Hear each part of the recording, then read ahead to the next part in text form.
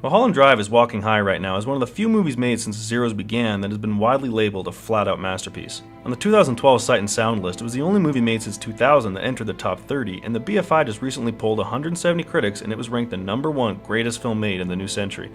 Whatever, I didn't come to the sucker because of the praise. I saw it back in grade 8 because I heard it was a really scary movie where the two actors make out, so I figured, okay, let's go rent that, and it sounds fun. Little did I know that despite the hotness of the lesbian scenes, this is one of the most boner-killing, disturbing films ever made.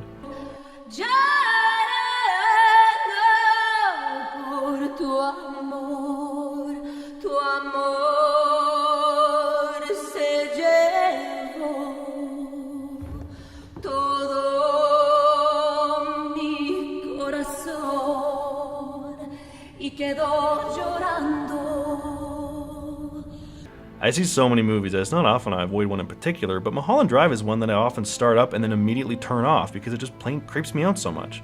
The movie gets under your skin, first as a slightly twisted dream and then as a full-fledged nightmare.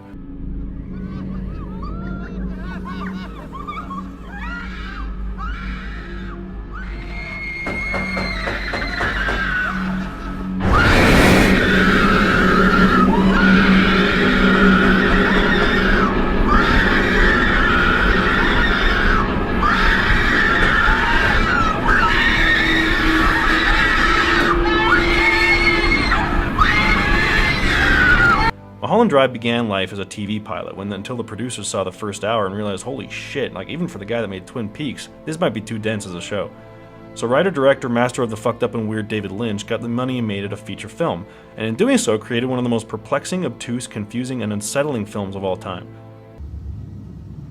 Now you will see me one more time if you do good.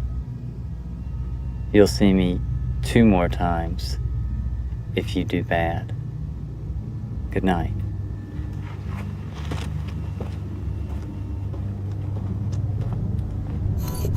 The movie begins fairly simply, showing an aspiring and plucky actress played by Naomi Watts as she encounters a femme fatale with amnesia, played by Laura Eleanor Herring. I thought when I woke up, I thought sleep would do it. What's wrong? I don't know who I am. What do you mean? You're Rita. No, I'm not. I don't know what my name is. I don't know who I am. But the seeds are planted early that all this sunshine and corniness is hiding something pretty bizarre underneath, and the movie flows like a dream.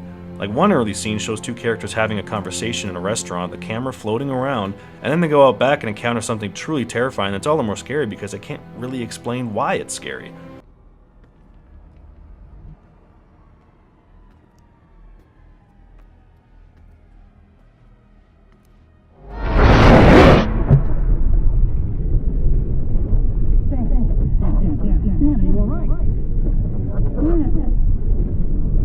Characters phase in and out of Mulholland Drive, which adds immeasurably to the dreamlike atmosphere.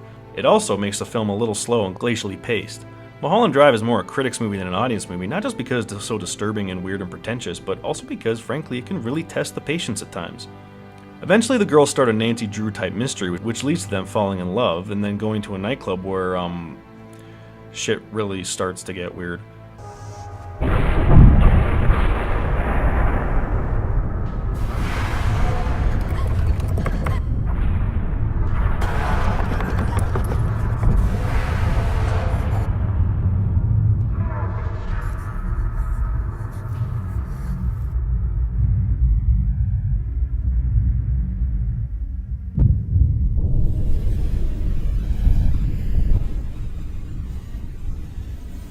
And it's at this point the film turns from being a fairly kind of sort of straightforward narrative into something completely batshit different, as the actors and actresses all start playing different characters, or maybe the same characters but in different dreams, or maybe different people playing the actors while dreaming of the other characters in totally unrelated dreams, and oh my god, David, get out of my brain!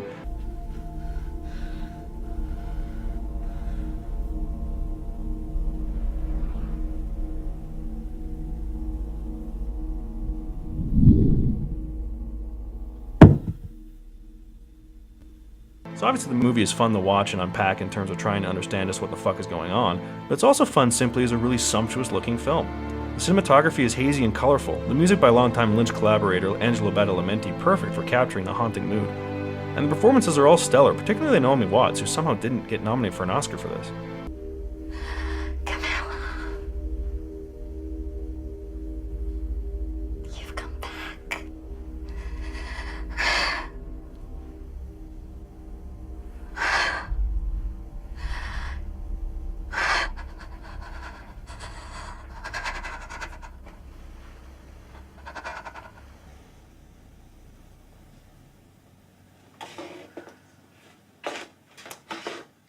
The last 20 minutes of the movie are almost completely nonsensical and truly horrifying, showcasing either a character struggling through a nightmare, coming out of a coma, slowly dying from a suicide, or freck, I don't know. I think Ebert said it best when too much time shouldn't be spent trying to solve this movie's mysteries, not just because there's no answers, but because there might not really be any mystery either. It's simply the best visual representation of a bad dream that I've ever seen, which may be why I find it so difficult to get through. While many horror films will spook you at the time and then immediately become forgotten, this sucker sticks with you, creeping you out for years to come.